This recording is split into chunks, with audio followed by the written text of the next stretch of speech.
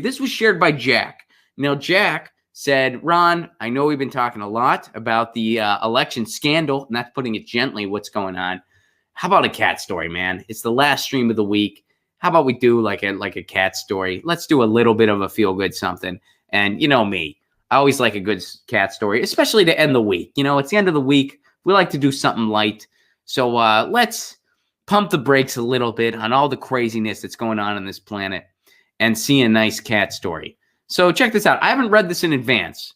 So I will say this, Jack. I don't like this headline. World's worst cat, it's in quotations, finally finds forever home after viral fame.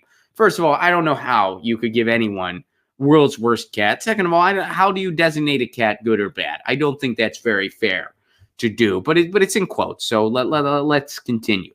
World's worst cat finally finds forever home after viral fame. What's going on? This cat looks adorable. Perdita is the name. World's worst cat has found her forever. So maybe it's just all right. Her new name is Noelle. They renamed her Noelle. Both pretty names. Perdita, Noelle. She's adopted. Look how thrilled she looks that she's adopted. It's like, I'm adopted. And she's just like, yeah, I got new human slaves. I won. I got this. By the way, if you go over to my Instagram, there's a picture of Lucy. This morning, I was trying to make the bed. Lucy was in the corner of the bed. Actually, here's two things that I literally did this morning. I've done both these things this morning. And you're going to be like, wow, Ron, your cat's insanely spoiled. You're right. She is. I can't even try to dispute that. Like, it's to the point where I'm like, I probably shouldn't have children because I'd mess up big time. I would have this ridiculously spoiled child. I'd be really bad at it. Because so she was laying in the corner of the bed when I was trying to make it. So what did I do? I just didn't make that part of the bed. You can see that picture on my Instagram. I was just like, all right, you're comfortable. You can stay. It's cold out. I get it. It's a little cold for Southern California right now. You stay there, Lucy. Are you comfortable? That's great. And then a little while later, so my car was parked in a parking spot where I had to move it before 11 a.m. my time. So I set an alarm to remind myself, hey, you're in one of those spots where you got to move your car, you get a ticket. And they're militant about the tickets in my neighborhood. So I was like, all right, you got to remember to do that. The alarm went off, and I forgot the alarm was set because I ended up just moving my car earlier. I just did it as soon as I woke up. So I forgot that alarm was set. The alarm went off, and Lucy was still napping on the unmade part of the bed that she took a fancy to. And she was like, meow, kind of like, what the hell? That bothered me. And you know what I actually did? I said, sorry, Lucy, and turned the alarm off immediately. And I walked faster to turn the alarm off than I would have had she not me out. The fact that it was inconveniencing her for that brief moment, you know, because she's got places to be today. She's got business meetings later. It's not like she can't just make up the nap time whenever the hell she feels like it. The fact that that alarm disturbed her for a brief moment in her lounging, slumber-esque state, I got to turn this off immediately.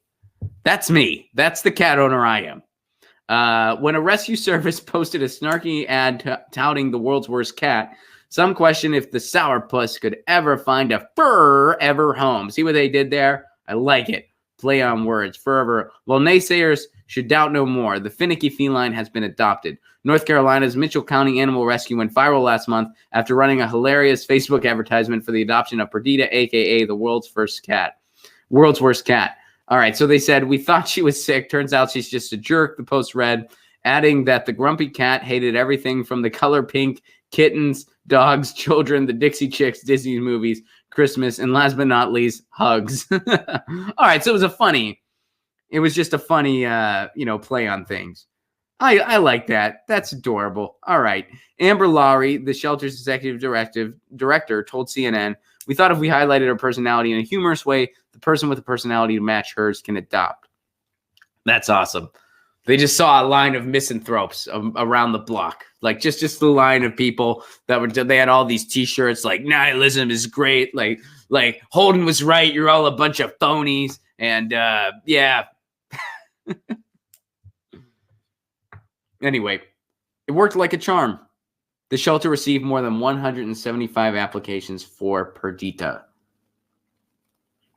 Mitchell County Animal Rescue finally settled on Joe and Betty, last names withheld, from Monroe County, Tennessee, who've changed her name to Noel. Noelle, just in case the name Perdita is the cause of her anger. Oh, they added she wouldn't let us take adoption photos in our photo booth. She just growled and ran out of the room. Look at how pissed off this cat looks. Oh, man. This is what Lucy looks like when I try to brush her teeth. I brush Lucy's teeth now, by the way. Yeah, you guys are like, Ron, you're ridiculous. You are the most ridiculous cat owner we've ever heard of. In fact, why are we calling you a cat owner? You are owned by a cat. I know that's a cliche. Oh, who owns who? But really, you proved that cliche right, Ron. I get it. I'm with you. That's what Lucy looks like when I try to brush her teeth anyway. Except, she's all black. She doesn't have any. She has a little white patch. So, but that is Lucy's look, which, by the way, I got to brush her teeth soon. Friendly reminder to myself. Thank you for sharing that, Jack. Shout out to Noelle and Joe and Betty. Glad Noelle found a home. And, if you're thinking of adopting a pet, I highly recommend it. Do it. We're talking about getting involved in your community. And, those are things that the oligarchy can't stop you from doing, trying to make your community a better place. And that's the only way we're ever going to see real revolution, because it has to happen one neighborhood at a time. Really, seriously, that's the only way. And, it can be as small as doing something at an animal shelter, volunteering, and adopting an animal if you are so able to. It's a fun thing to do. Get your news on with Ron. Don't you want to know what's going on? We're getting our news on today. Get your news on with Ron. Don't you want to know what's going on? We're getting our news on today. You can tweet me an article at Ron Placone. We'll go through it together and make it our own. Get your